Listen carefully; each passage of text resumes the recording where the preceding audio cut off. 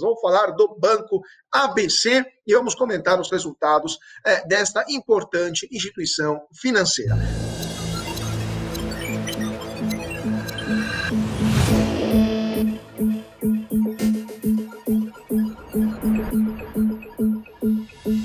Olá, boa tarde a todos e bem-vindos a mais um vídeo aqui do canal do Suno Research, canal do Suno Notícias. Eu sou Carlos Cauto e sou editor do portal Suno Notícias e estamos aqui hoje para comentar mais um resultado de uma das empresas que eu sei são as queridinhas, né, de vocês, nosso público, aqui no Suno Notícias. Vamos falar do Banco ABC e vamos comentar os resultados desta importante instituição financeira. Mas antes de apresentar o nosso convidado especial para comentar esses números, eu lembro a vocês de deixarem aqui embaixo, usa aquele like maroto, né, o seu like que ajuda a gente a melhorar o nosso trabalho, deixa o seu comentário, compartilha esse vídeo se você gostou e também siga a gente nas nossas redes sociais.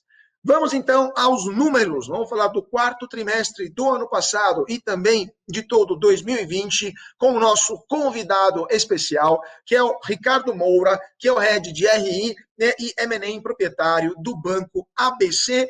Muito bem-vindo, Ricardo, e muito obrigado por estar conosco.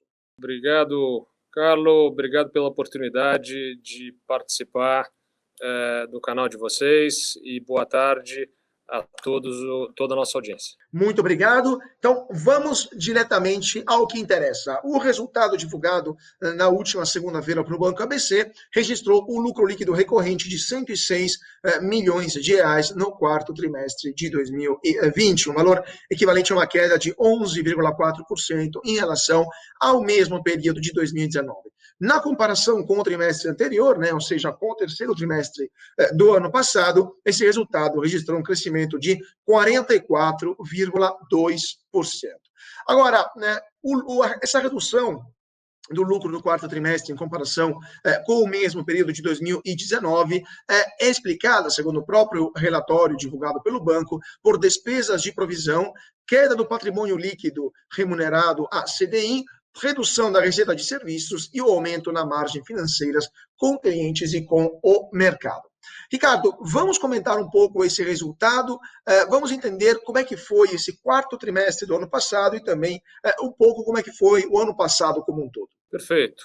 Eu acho que se a gente for olhar 2020 foi um ano que nós brincamos aqui, são vários anos dentro de um mesmo ano, né? Então são vários períodos diferentes, com dinâmicas diferentes, que trazem também resultados distintos. Então, nós tivemos o primeiro trimestre num momento em que se pensava que o Brasil estava num momento de recuperação, pré-pandemia.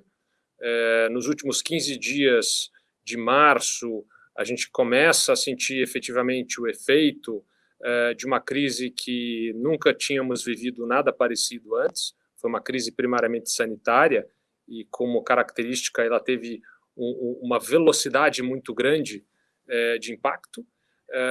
No banco, o que isso trouxe? Muita coisa que estava rodando no trilho sozinha, no piloto automático, deixa de rodar no piloto automático. Então, nós tivemos 3 grandes focos principais. Primeiro foi revisão de carteira, para entender se tinha alguma questão mais sensível ou de um setor ou de alguma exposição de crédito mais relevante. 2, testar nossas fontes de funding. E 3, olhar muito a nossa base de capital. Isso, obviamente, exige muito esforço e foco, né, num primeiro momento. Teve muita energia do banco direcionada para isso. E, rapidamente, a gente conseguiu diagnosticar que não tínhamos nenhum problema estrutural de crédito, a base de capital era bastante sólida e a base de funding também nos dava bastante tranquilidade para conseguir operar o banco dentro da sua normalidade. Tivemos um segundo trimestre um pouco mais conservador na concessão de crédito em termos de velocidade de originação de novas operações. O nível de provisionamento, vamos dizer, o nosso apetite a risco, ele obviamente foi ajustado, e isso teve, por consequência, um impacto na rentabilidade. Então, a rentabilidade do segundo trimestre ela acaba caindo de uma forma mais pronunciada. Além disso, você teve um outro fator externo que foi uma limitação na distribuição de proventos. Então, historicamente, o banco distribui algo próximo aí a 45% do resultado líquido ajustado, e tivemos uma limitação de 25%, dado as medidas que o Banco Central trouxe para o sistema, dentro de uma série de outras medidas para auxiliar o sistema e fomentar liquidez e bases de capital, que, por sinal, muito bem desenhadas, mas uma dessas medidas específicas ela teve um efeito indireto, que foi o aumento da nossa base efetiva de imposto.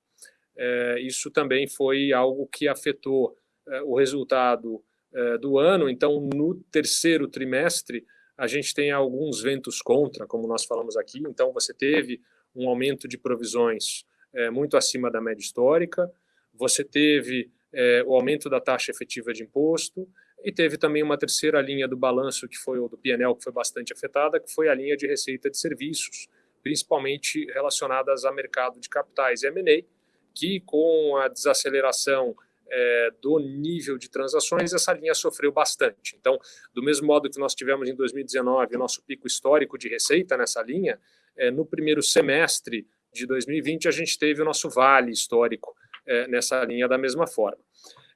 Já no terceiro trimestre, a gente já vê uma recuperação importante da atividade econômica. A nossa percepção sobre o alcance da crise é uma percepção que vários setores da economia, vários deles já tinham se recuperado ou estavam em forte recuperação, e o nosso apetite a crédito ele retoma de forma importante.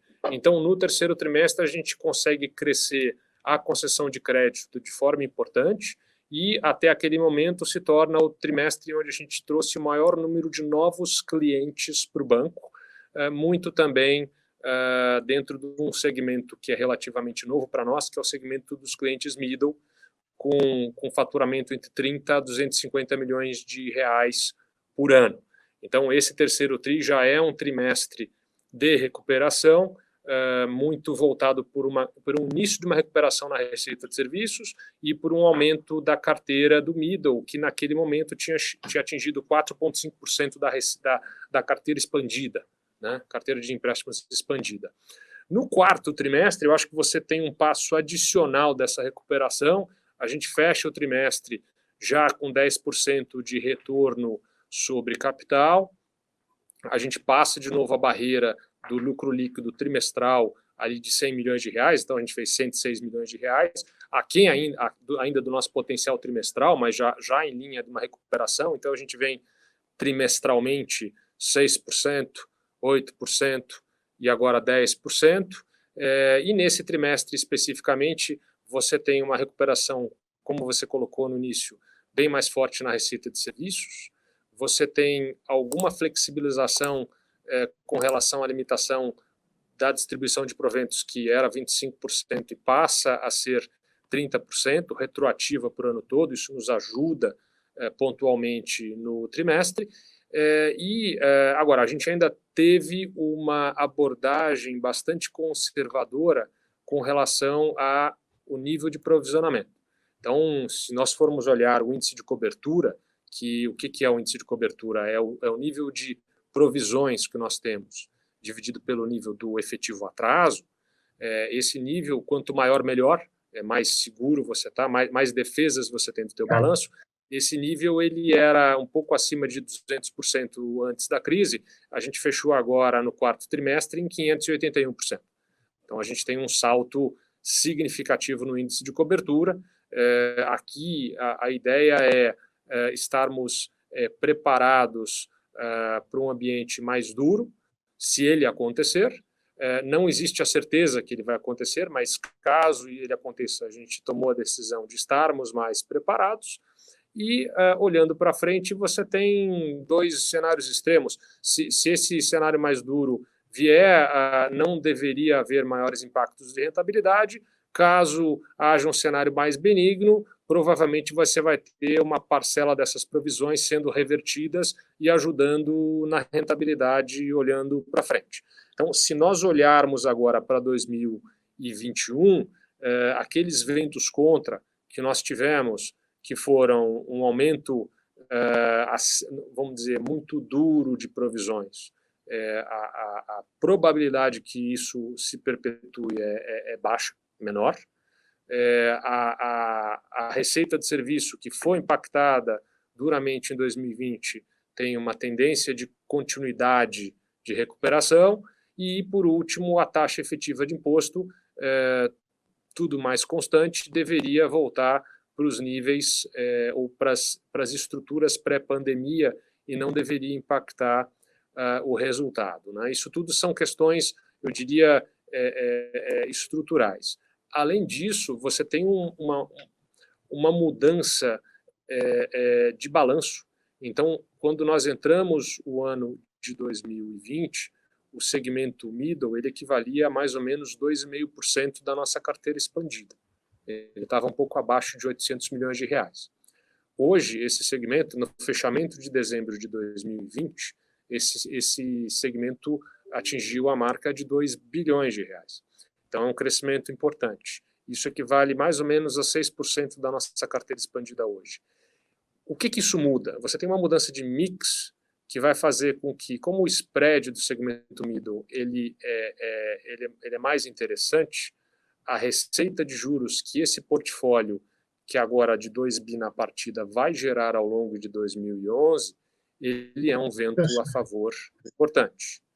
Então, isso deveria também, além daqueles 3 fatores que nós dissemos que são os ventos contra, que eles desistiram em 2020 e deixam de existir em 2021, você começa a ter um vento a favor, que é essa maior relevância da carteira middle dentro do mix do portfólio de crédito.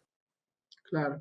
Então, só para resumir, para o ano que vem, torcendo que os ventos a favor sejam mais fortes do que os ventos contrários, a gente poderia esperar um aumento da rentabilidade, graças também a essa mudança, né, no mix da carteira, e também, caso a inadimplência não se concretize, uma transferência, né, contábil das PDDs para os dividendos, para ser simplório aqui, para o lucro, né, do banco. Então, os acionistas, caso o acionista do Banco ABC, o ano que vem, poderiam torcer, poderiam esperar um resultado positivo, né? É isso, resumindo? Resumindo, sim.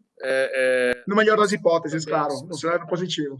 Exato. Para 2021, isso seria razoável, não tendo surpresas adicionais.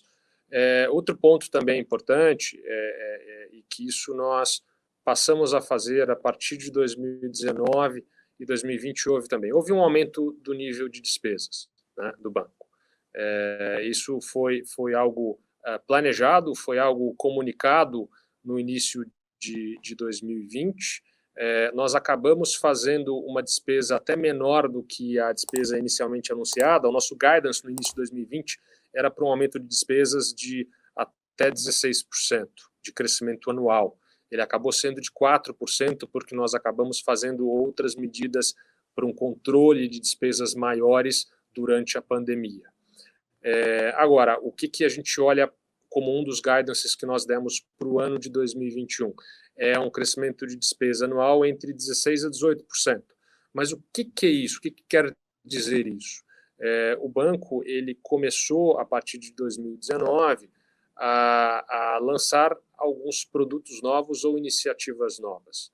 Uma delas foi o segmento middle, que hoje ela tem uma realidade com 2 bilhões de carteira e crescendo bem e já rentável. Da mesma forma, em 2019, a gente começou com nossa área de Project Finance, começamos com nossa área de mercado de capitais para ações, o chamado Equity Capital Markets, criamos uma comercializadora de energia. Então, essas iniciativas que foram feitas nos últimos 12 a 18 meses, elas agora passam a contribuir de uma forma muito mais relevante nas receitas e, em vários casos, também no lucro, no caso do middle.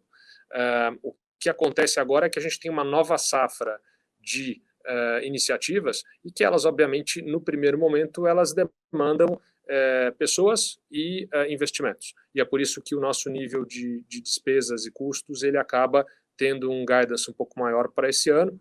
E o que a gente está falando de novas iniciativas? A criação de uma corretora cativa de seguros. Então, nós vamos agora passar a vender seguros não com o risco do seguro em si, mas na corretagem. Não vamos ter risco de underwriting, vamos fazer corretagem de seguros, que é algo muito próximo do nosso negócio. Em várias linhas de crédito que nós damos para os clientes, é importante você ter uma proteção de seguro. Isso já acontecia, só que eram seguros de terceiros, em que nós não tínhamos envolvimento. Agora a gente vai ajudar o cliente a achar a melhor solução de seguros. Outra iniciativa que nós estamos também começando a olhar é a entrada no crédito consignado privado, nesse caso não no mar aberto, mas alavancando nos relacionamentos que nós temos com nossos clientes corporativos, então alavancando no relacionamento com o CFO, com o RH, querendo trazer para esses clientes opções que sejam mais interessantes para os colaboradores desses clientes. E também outro piloto que nós temos aqui dentro é explorar eventualmente o financiamento de vendedores em marketplaces. Então, o pessoal chama os sellers. Então, empresas ou lojas que vendam dentro dos marketplaces estejam dentro de um perfil de cliente que nós procuramos atender e a gente começar a financiar esse cliente e ajudar o cliente a vender mais. É bom para o seller, é bom para o marketplace, é bom para nós, é bom para todo mundo. Então, é outra maneira de seguir nessa frente. No final, se nós formos resumir a nossa estratégia de crescimento, ela está focada em 3 pilares. O primeiro pilar é expandir o número de clientes e, por consequência, transações, e o Middle é um grande exemplo disso. Então, novamente, no 4º trimestre, nós adicionamos maior número de clientes no banco, chegamos aí próximo a 2.000 clientes que o banco tem, um pouco mais de 2.000 clientes. Segundo pilar é nós aumentarmos o portfólio de produtos. Então, o banco, historicamente, tinha um portfólio mais nichado de produtos. A gente acredita que existe um potencial de agregar produtos e serviços para o chassi da força comercial, e seria algo que nós vemos os clientes nos demandando.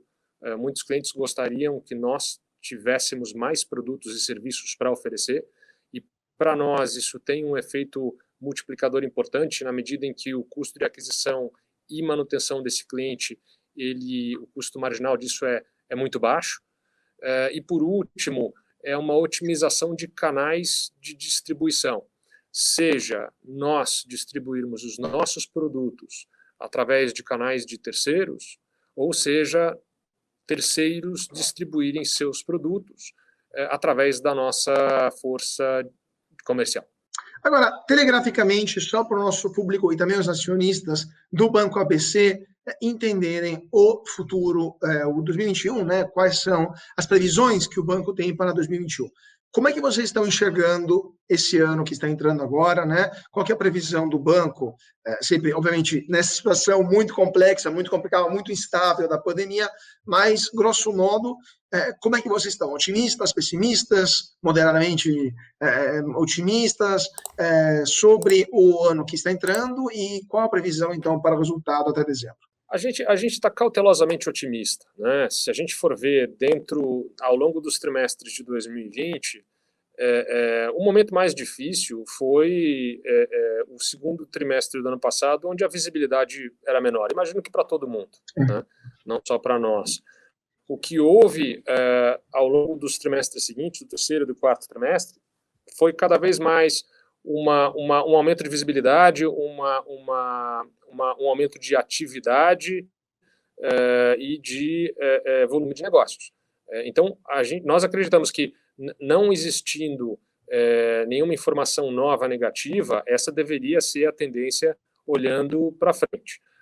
A velocidade com que a vacina seja dada, isso obviamente vai ter um impacto na economia, e isso está diretamente ligado ao nosso negócio, mas a gente acredita que 2021, com todas as informações que nós temos no momento, seria melhor que 2020. Nesse sentido, a gente deu um guidance para o mercado, a gente costuma dar 3 informações de guidance, né? Então, você tem a primeira informação, que é o crescimento da carteira expandida, que é a carteira que inclui empréstimos, garantias e títulos privados, todos eles juntos. A ideia é um crescimento por volta de 12% a 16%.